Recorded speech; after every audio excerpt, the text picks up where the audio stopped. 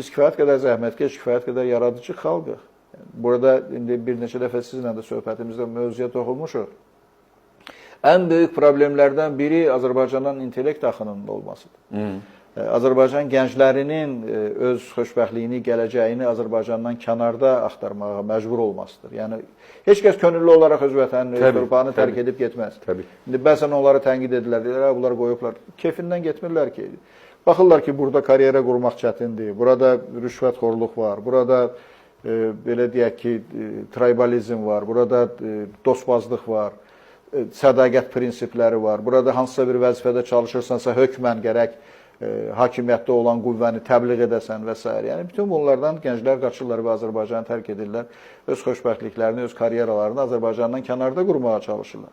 Amma, məsələn, Amerika Birləşmiş Ştatları kimi inkişaf etmiş dövlət bütün dünyada olan beyinləri, savadlı adamları öz ölkəsinə yığmağa çalışır.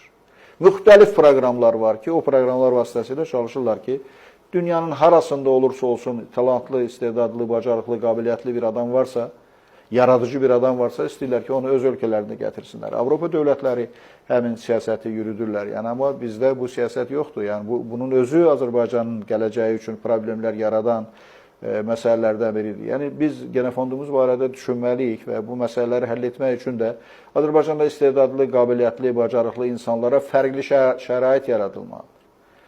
Siz indi mən heç kəsin xətrinə dəymək istəmirəm, amma elə bir ucdan kimlərəsə prezident təqaüdü verirlər, kimlərəsə nə bilim xalq artisti verirlər, xalq yazıcısı, xalq şairi, onların da baxmayaraq ki, kifayət qədər varlı, imkanlı adamlardır. Üstəlik də onlara hələ dövlət tərəfindən maliyyə verilir, ev verilir, nə bilim başqa şərait yaradılır.